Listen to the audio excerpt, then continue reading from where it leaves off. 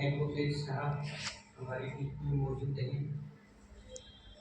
School का staff, principal महोदय, प्यारे बच्चे, लड़के और लड़कियाँ, हमारी इतनी अच्छी जानकारी कानून के बारे में हमें ज्ञान देने के लिए, सिखाने के लिए एडवोकेट साहब हमारे बीच में मौजूद हुए।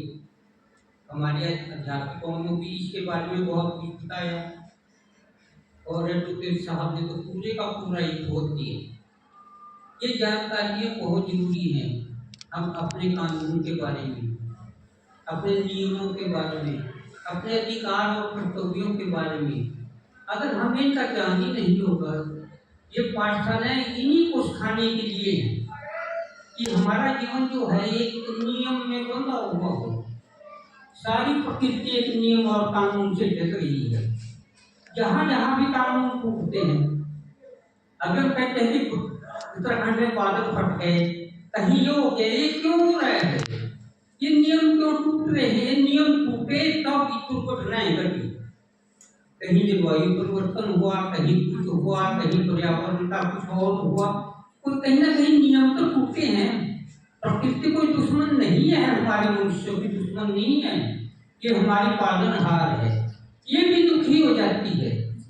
कहीं हमने नदियों के रास्ते ब्लॉक कर दिए, कहीं हमने जंगल काट दिए, कहीं हमने कुछ कर दिया। सारे दुनिया की जलवायु में उथल पुथल मच गई और सारे नियम टूटने के आधार पर होने के कारण संसार में बड़ी बड़ी दुर्घटनाएं हो रही हैं। युद्ध हो रहे हैं संसार में क्योंकि नियमों का पालन नहीं रहा। अभी पहले वो देश भी खाए। अभी त्रेता युग की आपने एक थोड़ी सी घटना बताता हूँ। राम जी जब पढ़ते थे गुरुकुल में, गुरु वशिष्ठ जी को पढ़ाते थे, तो एक नियम था कि किसी कोई भी माँ बाप जब तक बच्चा पढ़ेगा विद्यालय में नहीं आएगा क्योंकि नियम टूटते हैं। तो उनकी माताजी, राम जी की माताजी और दूसरे लोग कहने लगे तुम बच्चों को देख तो हो, काफी समय हो गया, बच्चे के बारे में कुछ सूचना नहीं है, आप जाकर के पता करो। राम जी के पिता दशरथ जी जो वहां गए तो नियम टूटा और उस नियम टूटने से चक्रवर्ती सम्राट महाराज दशरथ जी और राम जी के पिता उसको भी सजा भुगतनी पड़ी। गौओं की सेवा करनी, इस विद्या को सफाई करनी, कुछ दिन के लिए उसको सजा दी गई। नियम का उल्लंघन हुआ। अभी देखो उस युग में कितना नियम सख्त था, आज नियम टूट रहे हैं। बड़े दुख की बात है। माता पिता भी नियम टूट रहे हैं, जबकि माता पिता का भी कर्तव्य है कि वो बच्चों को सही शिक्षा दें। अगर अध्यापक बुला करके बच्चों के माता पिता को कहते हैं कि तुम्हारे बच्चे स्कूल में नहीं आए, हाजिरियां कम है, आज मैं बैठा हुआ था प्रिंसिपल महोदय के पास, 2 बच्चे आए, उनकी माताएं भी साथ थी, बच्चे बुलाए गए, हाजिरियां कम थी। अभी बोर्ड की भी कुछ जिम्मेवारी होती है, विद्यालय की भी कुछ नियम होते हैं, कितने परसेंटेज हाजिरी होनी चाहिए। तो उसकी माँ कह रही है कि बच्चे पढ़ने के लिए पता नहीं कैसे लेट हो जाते हैं, क्यों नहीं स्कूल में नहीं आते। अभी एक बात और है, माता पिता का ये कर्तव्य है सबसे पहले अपने बच्चों को लायक बनाना। माता शत्रु पिता वैरी ये न बालो पाठ्यते न शोभ्यते सभा मध्य अंश मध्य बहूयते। ये माता पिता का कर्तव्य है कि बच्चों को सही शिक्षा दें। क्यों नहीं एक माँ बाप को पता है कि बच्चा स्कूल में जा रहा है नहीं आ रहा? क्यों नहीं एक माँ बाप को पता है कि बच्चा होमवर्क कर रहा है नहीं कर रहा है? क्यों नहीं एक माता पिता को पता है कि बच्चा गाड़ी बढ़ रहा है या नहीं बढ़ रहा है?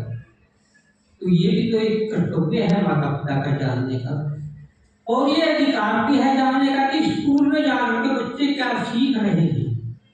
बच्चों से पूछा तुमने क्या पढ़ा? कभी पूछते हैं माँ बाप? कभी नहीं पूछते आज क्या पढ़ करके तू आया, तूने होमवर्क कर लिया तो नहीं किया। हम देखते हैं, मैं देखता हूँ सारे को, हमें स्कूल में छुट्टी होती है, बच्चे मोबाइल तो बच्चों के पास है ही, मोटरसाइकिलें उठा करके गलियों में या सड़कों पर बच्चे घूमते हैं। ये नियम का उल्लंघन हो रहा है। विद्यार्थी जीवन है कि आपका इन चीजों के लिए नहीं है। बड़ी दुर्घटनाएं घट रही है। अभी देखो समय में कितनी बुरी घटना घटी, 2 बच्चे कैसे 3 बच्चों का एक्सीडेंट हुआ, 2 बच्चे चले भी गए। नहीं, क्या है, नियम का पालन नहीं है। हम नियम का पालन करें।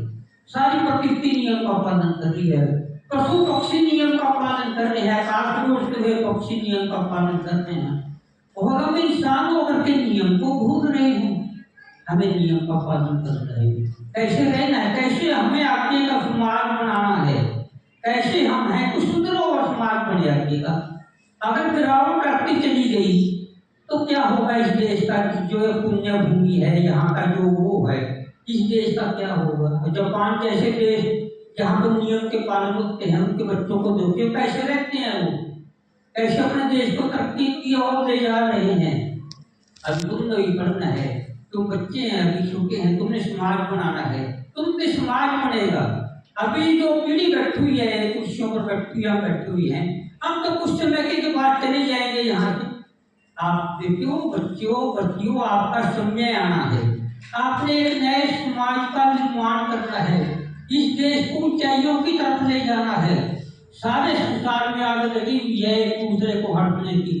अगर तो बच्चों के इस देश की रक्षा करेंगे तो इस देश को ऊंचाइयों, कोई सैलाब हो करके, कोई अधिकारी हो करके। अभी आप पढ़े देखो, सरकारी स्कूलों में पढ़ाई जो है, प्राइवेट स्कूलों से जाना है। अभी मैं सरकार साहब से बात कर रहा था बैठे हुए भी, कैसे हम कहते हैं सरकारी स्कूलों में पढ़ाई नहीं होती। सरकारी स्कूलों में बहुत अच्छी पढ़ाई होती है। अभी यहाँ के बच्चे पढ़े लिखे बहुत, शर्मे के बच्चे खुद आगे गए हैं। 22 साल के बच्चे, कोई IPS कोई IAS बन रहा है, कोई एडवोकेट कोई जज बन रहे हैं। अभी हम जो मैडम की एडवोकेट बैठी हैं, इसको एक जज भी बनना है। उम्र कितनी है इनकी, कुछ भी उम्र नहीं है, और कितना रास्ता गाड़ी बढ़ने का है इनके पास। मैं तो अपने अध्यापकों को भी कहता हूँ, जो युवा है, यंग है, जो से वो जाओ IPS की तरफ, ICS की तरफ जाओ, कुछ और अपने जीवन को और ऊंचा उठाओ, ताकि इस देश की और सेवा कर सके। और हमारी जो बच्ची हैं, इनको बहुत कुछ सीखने की जरूरत है, कैसे समाज में रहना है। कैसा खतरनाक समाज बन चुका है अब, सब तरह से बच करके रहना। ये हमारी मैडम जी ने, एडवोकेट साहब जी ने, और इन्होंने बहुत विस्तार से बता दिया है। इसके बारे में बहुत ज्यादा विस्तार करने की जरूरत नहीं है। सब चीजें नियम से चलती रहें। जीवन में नियम बहुत जरूरी है। अभी आपके अधिकार भी हैं, कर्तव्य भी हैं, इनके सारा का ज्ञान जो है इन्होंने सबको अच्छी तरह से बता दिया है। आपको ज्यादा डिटेल की जरूरत नहीं है, बस जरूरत है इनका पालन करने की।